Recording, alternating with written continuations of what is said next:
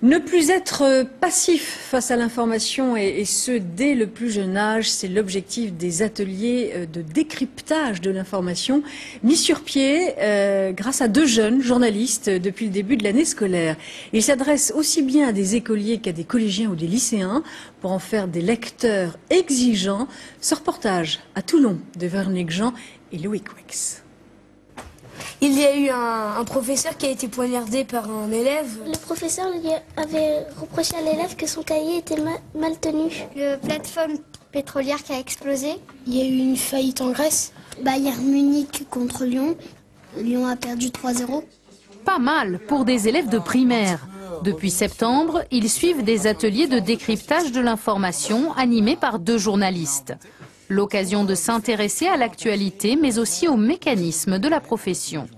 Donc on commence avec le quiz actu. Est-ce que quelqu'un rapidement peut nous rappeler ce que c'est qu'une conférence de presse, à quoi ça sert et comment ça se passe?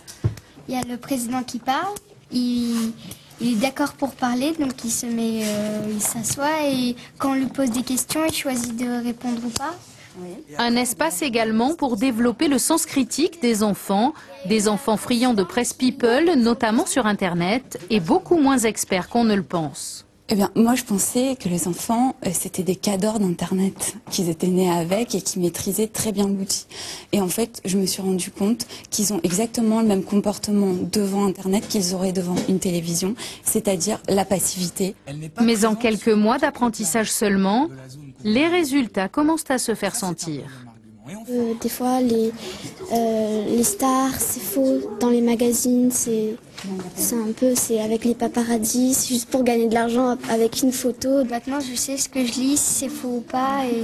C'est certainement intéressant de leur permettre de sortir de l'émotion lorsqu'ils lisent quelque chose dans la presse pour passer à la réflexion.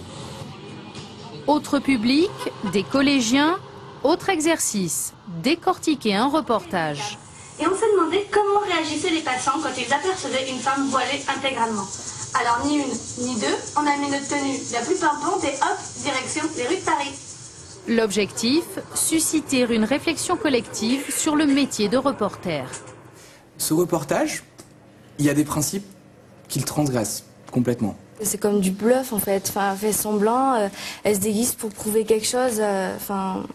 C'est pas normal quoi. Ça donne une image, ça fait comme si elle se moquait un peu des femmes voilées. C'est irrespectueux.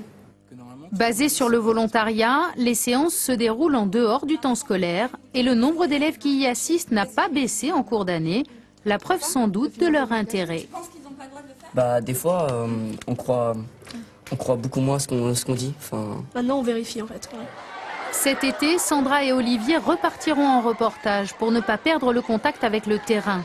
Après plusieurs interventions dans le secteur privé, ils espèrent étendre leurs ateliers à l'enseignement public à la rentrée prochaine.